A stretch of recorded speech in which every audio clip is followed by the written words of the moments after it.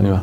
Shalom à tous, nous approchons du grand jour. Yom Yerushalayim, le jour de Jérusalem. Ça fait pendant 2000 ans. On priait les Shana Abba Yerushalayim, l'an prochain à Yerushalayim, à Jérusalem. Et ça s'est réalisé. Quand est-ce que ça s'est réalisé? En 1967, lors de la guerre des 6 jours. Akadosh Baruch Hu nous redonne Yerushalayim, nous redonne la capitale de Jérusalem et le Har HaBayit Be'adenu, le mont du temple est entre nos mains. Baruch Hashem, on doit remercier, mais que s'est-il passé? Comment se fait-il que l'Am Israël s'est réveillé? De quelle façon Akadosh Baruch Hu a entraîné le réveil du Am Israël? Alors Akadosh Baruch Hu a entraîné le réveil du Am Israël par l'intermédiaire de 2 personnes. Et je vais vous raconter cette histoire. Cette histoire s'est passée au Yom Ha'atzmaut, au jour de l'indépendance, en mai 1967. On est en 1967, et on fête Yom Ha'atzmaut, on fête la fête de l'indépendance. Tout le monde est réuni dans la grande yeshiva de Merkaz Harav, la yeshiva du Rav Ziouda Kook, où tout le monde est réuni pour écouter le Rav parler et remercier Akadosh Baruch Hu le jour de l'indépendance d'Israël, pour remercier Hachem nous a devoir donner l'État d'Israël pendant 19 ans. Ça fait 19 ans d'existence que l'Am Israël, que toutes les personnes, le monde entier pensaient que l'État d'Israël n'allait pas perdurer. Et voilà que 19 ans déjà se sont passés, se sont écoulés. Nous sommes heureux. Et le Rav Ziouda arrive à la yeshiva et il commence à parler avec ses élèves de Yom Ha'atzmaut. Et la première des choses qu'il va dire aux élèves de Merkaz Harav est la suivante. Yerushalayim Shelanu, notre Jérusalem, vous l'avez oublié? Et là, tout le monde ne comprend pas. Il fait, mais c'est un jour de joie. Il est en train de pleurer sur Jérusalem. Notre ville de Shrem, où est enterré Yosef, vous l'avez oublié? Notre ville de Hebron, la ville de Hébron, où est enterré Avraham, Yitzhak, Yaakov et nos mères, vous l'avez oublié? Et là, les élèves, ils arrivent enfin à comprendre. Et il dit, à quoi fait allusion le Rav? Et il dit, on va fêter Yom Ha'atzmaut. On va fêter le jour de la création de l'État d'Israël, de l'indépendance d'Israël. Mais on n'a pas Jérusalem. On n'a pas Hebron. On n'a pas Shrem. Est-ce que c'est ça l'État d'Israël? Et là, l'élève, qui entend le Rav, il comprend. Il dit, moi je pensais que ça y est, on est arrivé, le Mashiach va arriver, on a l'État d'Israël. J'habite même Jérusalem. Oui, mais on sait que quand tu habites Jérusalem, il n'y a que la moitié de Jérusalem. L'autre partie d'Yerushalayim, la partie la plus importante, la vieille ville, le Kotel et le mont du temple est dans les mains des ennemis. Comment tu peux fêter Yom Ha'atzmaut? Et à ce moment-là, tu sors de la yeshiva de Merkaz Harav et tu dis, c'est vrai, je t'avais oublié Jérusalem. Alors qu'il y a marqué Imeshkacher Yerushalayim Tishkach Yemini, que si je t'oublie Jérusalem, tu dois oublier ma droite.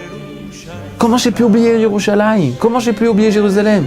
Moi j'ai vécu ici et je pensais qu'on était à Jérusalem. Mais Jérusalem c'est là-bas, au Beth Amikdash, au temple. Et là, la personne sort et s'approche de la Tachana Merkazit. Et lorsqu'il s'approche de la Tachana Merkazit, de la gare routière de Jérusalem, en face, il y a un grand événement, un grand concert. Le maire de l'époque, en 1967, avait demandé chaque artiste, chanteur, fasse une chanson sur Jérusalem pour fêter Yom Ha'atzmaut.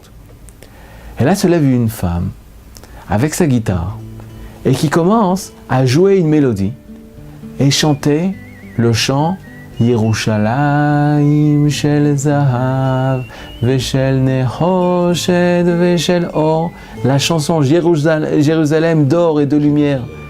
Et tout le monde écoute cette chanson. Il dit, mais c'est vrai ça. On a oublié Yerushalayim. Et elle parle. Il n'y a plus personne dans la ville de Jérusalem. À quelle ville elle fait allusion? À la vieille ville de Jérusalem, à Iratika. Plus personne va sur le mont du temple.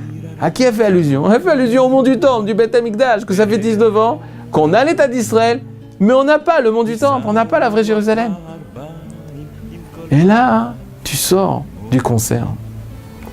Et là, tu te demandes, attends, 2 secondes, je comprends pas. C'est ça l'État d'Israël? On est arrivé à la finalité? Non. Il faut plus que ça. On veut Yerushalayim. Un mois après, on était à Yerushalayim. Un mois après, le Ham Israël était prêt à donner sa vie. Nos soldats, nos parachutistes et tous les soldats d'Israël étaient prêts à donner leur vie pour Yerushalayim. Cette chanteuse, elle s'appelait Naomi Shemer, Zichronah Livracha. Et Naomi Shemer, entre la période où elle avait sorti cette chanson envers Jérusalem, où elle pleurait justement le fait qu'on ne pouvait plus retourner vers la véritable Yerushalayim, elle avait été invitée à une émission à la télévision, et là-bas, il y avait un panel de plusieurs chanteurs. Et un chanteur a demandé la parole. Et il se tourne vers Naomi Shemer. Et lui dit, Naomi, ton chant, Yerushalayim Shel Zahav, au niveau de la mélodie, c'est un chant magnifique. On sent qu'il sort du cœur. Une mélodie douce, délicate, raffinée, extraordinaire, profonde. Mais les paroles, alors les paroles, je ne comprends pas. Moi, je suis un arabe israélien.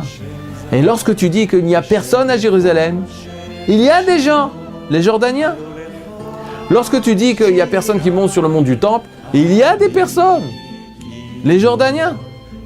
Lorsque tu me dis qu'on ne peut plus descendre à la mer Morte en passant par Yéricho, il y a des personnes qui descendent à la mer Morte en passant par Yéricho. Les Jordaniens. Mais ils n'existent pas. Naomi Shemer, réponds-lui le cri de tout l'homme Israël. Qu'est-ce que ça veut dire si les Juifs n'habitent pas Yerushalayim? Qu'est-ce que ça veut dire si des Juifs ne peuvent pas aller à la mer Morte en passant par Yéricho? Que notre terre, qu'Hachem nous a donnée, est dans les mains des ennemis. Réponds-lui. Et Naomi Shemer, elle lui dit, Mohamed, je vais te raconter une histoire. Tu me rappelles une histoire qui s'est passée en Russie à l'époque du Tsar.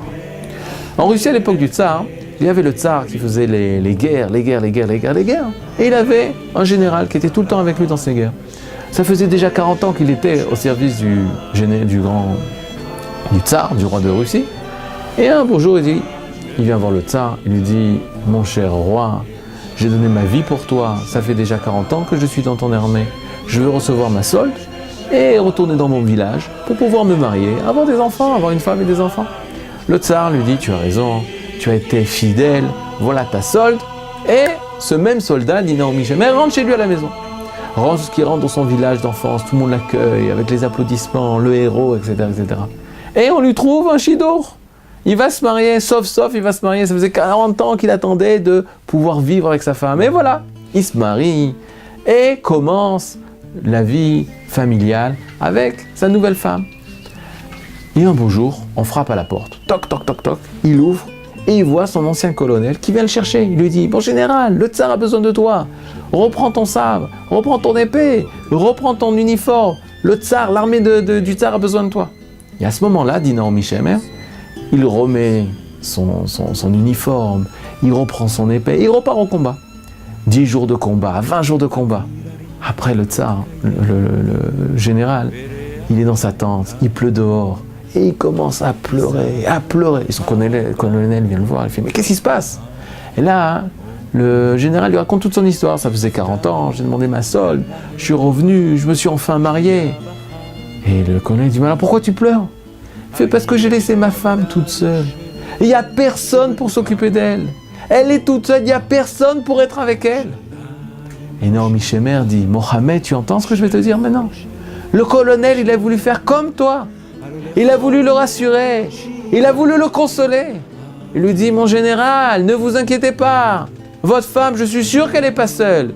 Je suis sûr qu'il y aura une personne qui s'occupera d'elle. » Et là, Naomi Shemer dit à Mohamed, tu crois que le colonel l'a consolée en lui disant qu'il y aura une autre personne qui s'occupera d'elle?